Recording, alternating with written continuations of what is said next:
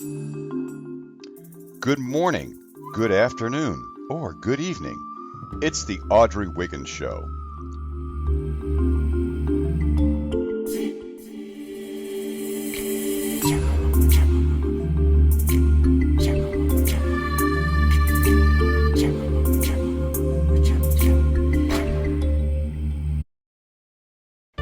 Grow your business with Altogether Marketing with the power of branding. Your logo, your slogan, your colors, even your website. How about customer service, the product experience, company values, and you? Make a touchdown today with your branding through Altogether Marketing. Visit altogether.biz. Good morning, good afternoon, or good evening. I'm Audrey Wiggins, and welcome to the Audrey Wiggins Show, where we're authentic, understanding, dramatic, relevant, engaging, and yes, we are yummy. So we're excited today to bring you Makia Owens. She's an author, she's an entrepreneur, and she has one heck of a story of survival and thrival or thriving to share with you today. So buckle up, sit back, and hopefully you will share this with your networks and your friends and family. It's a very exciting story and probably a story that some of you might have. And but perhaps you haven't finished with it yet because life is definitely a journey. So again, Makia, thank you and welcome to the show. Thank you for having me. How you doing today? Hello, everyone. I'm excited to be here. Awesome, great. So let's just dive right in and tell us about your story. I was reading through your book, 21 Years, and we'll talk more about that later in the show so folks can plug in. But let's just start from the beginning. I mean, you're here. You're here. You survived. You're awesome. You look great. So there's a positive side here, and that's what Yes, we need ma'am. to know is that we can get through. The Yes, tide goes ma'am. out. The tide comes in. The seed goes in the ground. It has to break through. It goes through hell to get through. But The once it does, water, man, is something else. The yes, world is something else. The journey is something unbelievable. It's just like, it's unpredictable. That's all I can say. It's so unpredictable. So when things happen that you don't expect, it's like, whoa. right, But right. you just got to stand tall in those moments and have faith in yourself and in God. And that's just all, that's honestly what I Amen. believe. Yeah, absolutely. So go ahead and give us a little more detail. How did your story start? You want to go back, somewhere around the beginning, and just kind of like paint the picture for our viewers and listeners. For me, I would say my story started when I was 6, and I didn't even realize it until I was 20. Hmm. And everything that I had been through as a child, as a teenager, even as an adult, it all just kind of rubbed together. It just formed a big ball that I hadn't dealt with. So it's like it all just attacked me at once. And it's like I'm 20 years old, and it's like I'm finally dealing with stuff from when I was 6. So it's like, whoa, it all just took like me by emotional storm, and I didn't know what to do. Wow. So So it was like, yes, ma'am. yeah. So how did it trigger? Because you're right, they lie dormant until the right trigger comes along, and all of a sudden it's like, oh my God, where did that come from? For Yes. me, I would say it started. I was working. Well, I had applied to this job, and bills they still coming. So it was like I put my faith in this one job just to find out that the job was a scam. It wasn't real. So in my head, it's like, how did you not know that? Like I start belittling myself and calling myself stupid and dumb, and start remembering these are the same things my mom told me I was. So was she right? And it just made me start believing all the bad things that was ever really said about me, and it just made me beat myself up to the point where I felt like I was truly a waste of space. Like, you ain't smart, you're dumb, you don't got no purpose, why you here? Right, So right. it was That is. like, it was hard. Yeah, yeah, that's that craziness. We have those crazy negative that self-talk. And those people who said those things to us, they're not even anywhere around. We're carrying that stuff, and it's not our Hmm. fault that we're carrying it because it was planted there. That was one of those seeds, those negative seeds of the past. So, so going from there, growing up, because there are some positive, parts of you growing up. It was as I read the book with your brothers and sisters, from your aunts and taking care of you and stuff, and that was precious to me that she took you in like that. Yeah. Even though I that really wasn't the did whole truth. appreciate that. Yeah. Yeah, Right. it's like a contradicting feeling because it's like I'm thankful that you took me in, but it still hurt me that you wouldn't tell me the truth. So it's like I didn't know how to feel. Mm-hmm. It's like I was just confused. I was only 6. So it was like, whoa, how am I supposed to handle this as a 6-year-old? Right. So it's like, okay, so this my sister right here, and this is my cousin, and you my auntie, you my mama. So what am I supposed to call everybody? Mm-hmm. I'm 6. Like, what am I doing? I don't, everything in front of me, I no longer understand. Everything that I thought I knew, it was wrong. So it's Right. like I had to adapt to life at an early age. And it's like, okay, I just went from living here to now living in this house, calling you auntie, now I'm calling you mama, calling you cousin, but calling not you sister. And the people that I grew up with calling mama and sister, I no longer communicate with them at all. So it's like, whoa. Yeah, you're right. You're right. Your brain couldn't even process that. It was It's like, like yeah, it was I like, was lost right then and there. I didn't like nobody tried to explain nothing. It's just like, hey, this is the truth. right. Deal with it. Yeah, and how did that end up? That first scenario, the first light of finding it out, and a little ways down the journey, how did you end up processing that? I would say I went over there to stay the summer, Mm-hmm. but somehow that summer break turned into 3 years. Oh, And it was like, I never questioned nothing. I know I didn't understand it, but as a child, I was taught stay in a child's place. So it's like, I don't get in adult business. I know, like, okay, you said you my mama, so I think I'm supposed to be here right now. mm-hmm. So I stayed. So I'm like, okay. But it's like not a day went by that I wasn't waiting to go back. It Right. was it was like I still don't think I ever processed it. Mm-hmm. Just to answer your question, I don't think I processed it until probably 20 years old that day. Okay. Okay. Yeah. Yeah. And then you had your brothers, being bullied. So you went through, these horrible, challenging times. You're being bullied as a kid, from the girls, but then the boys accepted you. And I'm talking about the family now, not just necessarily, outside, boys and girls. And to have that experience of, you finally, somebody I could trust or believes in me, I can be me around these folks. And I don't want to mispronounce, your brother's name, Dev. It starts with Dev, and you can say the whole name for us. It's Devron. My mama was Devron. complicated. Okay, I can say that. Devron. When I first seen his name myself, I was lost. It's too many extra letters that are uncalled for. Yeah, but definitely an awesome name. That's gorgeous. Oh my goodness. But coming up through there, and let's skip on to the 10 years. And how old are you right now, Makia? I'm 24. Okay, 24. So not too far down the line, 18 or so years away. That's not really a long time. Yes, man. You're still close to those feelings. You probably will never like totally leave because you have those experiences. You just process it and think about it in a different way. Now they're using it as a springboard to your purpose. Yes, man. Which is good because we don't forget it. And that's good. Yeah, yeah. We just don't feel the total pain anymore. The certain point or a certain time, becomes the healing. Yeah.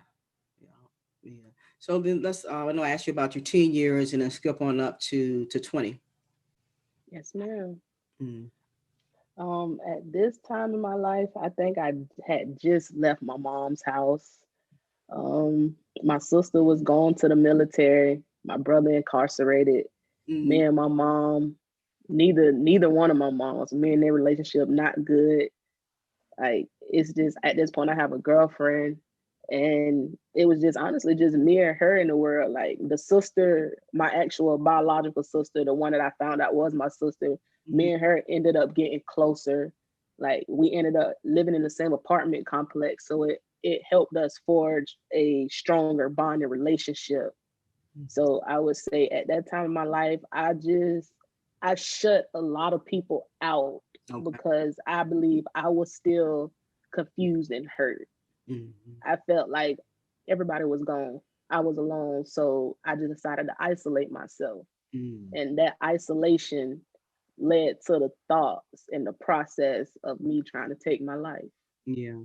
And what happened there? Tell us about that portion there, because that's where the power, that's kind of where that's where that volcano was about to erupt. All the things from your childhood leading up to that point, everything built onto that. Mm, I would say honestly, it would be my brother. My brother that really set like everything in motion. Like I was able to deal with everything because of him. Mm-hmm. I blamed everyone, but for some reason I never blamed him. It's like I just looked at him as my hero. Okay. As that person, like you inspire me. So it was like losing him made the volcano, like I don't know who to turn to, I don't know where to go, like who's supposed to lead me, like what am I supposed to do? You who I confide in, but you're not here. Right. I can't pick up the phone and call you because the prison don't work like that. Right. So right. it's like who I'm supposed to talk to. I didn't know. I mean, God doesn't always answer on time. So like when I tried to talk to him, now I'm sitting on the floor still like, okay, that ain't just help me. I still need to talk to somebody. Right. I didn't know where to talk. I didn't know what to do. So I just broke down. Right. And before you tell any more about your story, Makia, let's make sure we get that suicide hotline out there, because you never know what state or, phase we're going to, the story is reaching someone. So again, that's 800-273-8255. This is a national hotline. If you need it yourself, dial it now, or if you know someone, don't hesitate to call to call it for them. 800-273-8255. Okay, Makia, let's get back to your story. Yes, ma'am. Yeah, so you were talking about your brother being incarcerated, so he was your go-to, and now you couldn't get to him. Yes, ma'am. That's exactly what happened. It's just when someone seems like they're always there, and then you finally turn around and notice that they're not, it wakes you up. It's like you're forced to finally deal with it. It's like you've been coping and avoiding the issue, but now you don't have a choice but to deal with the fact, hey, your brother's gone. So that's what it was for me. It was an actual wake up and realization that, hey, it's real out here in the world right now. Like stuff around you is adapting, evolving, and moving, and you're not keeping up. You're getting lost within it, and you're going to drown if you don't swim right now. Wake up. Yeah. So it was like the way I woke up, unfortunately, it was the path of trying to take my life, but it did wake me up. And what happened that you did not go through with it, or you went through with it? And tell us the story. How did you end up on the other side? That's what I should ask.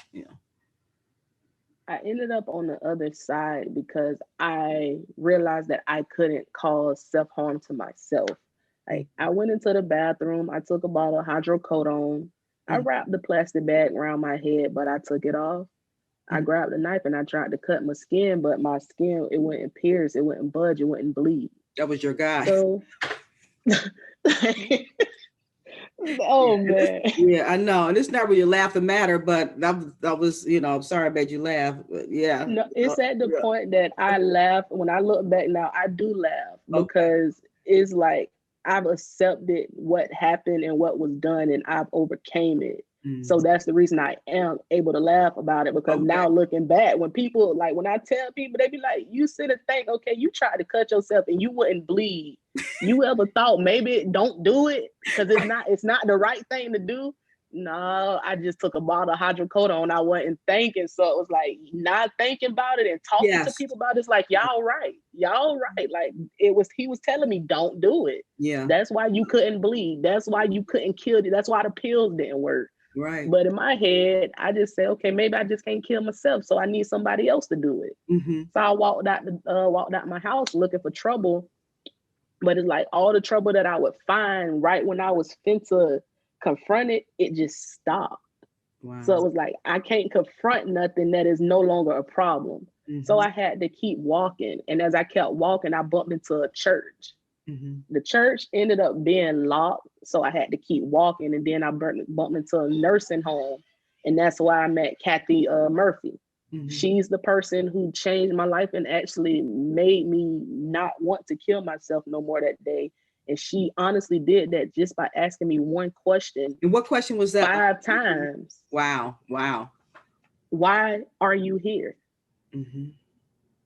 And at first I thought she was asking me why was I in a nursing home. But once she kept asking it, mm-hmm. I said, she's not asking me why I'm in this nursing home. She's asking me, why am I here on this earth? Like, she's asking me, what is your purpose? Mm-hmm. That same thing you were just questioning yourself about, trying to kill yourself about, he answered you already. Mm-hmm. Right here in this nursing home, the same nursing home you walked past and turned around and went in because of a memory from your childhood. Mm. The woman who sat in that wheelchair and asked me that question, she graduated from the same high school that I graduated from probably 50 years earlier than me. Wow. So and that it was her like, purpose. this is no coincidence. That's right. That's what I feel. Like, I feel like your purpose was to be in this position, in this chair at this moment, because I was going to end up in this position at this moment. And you were going to be the person that set me back straight. Mm-hmm. It's no coincidence that we met. You're my angel. You're my angel here on earth. Mm-hmm. And I thank you. And to this day, I will never forget what you've done for me. Yeah. So after I left her, I just kept walking. I walked for 3 hours, just crying, just searching. I didn't want to kill myself no more because I wanted an answer to her question. Mm-hmm. And I just didn't stop until I found one. Wow. And that's why I'm here today, sitting here on this podcast, because this is the answer. Okay. This is why. Yes, yes, to tell that story to somebody else. Yes, ma'am. Absolutely. Absolutely. That is powerful. Why are you here? Why are we here? And I think that's an age-old question that man, general humankind has asked themselves since the beginning of time. Why are we here? And sometimes we search high and low and we never find it. And we think it's one thing, and some people, they just never get there. So I'm excited, that you found your why you're here, and you grabbed it and you ran with it. So we have the book 21 years. Tell us about that.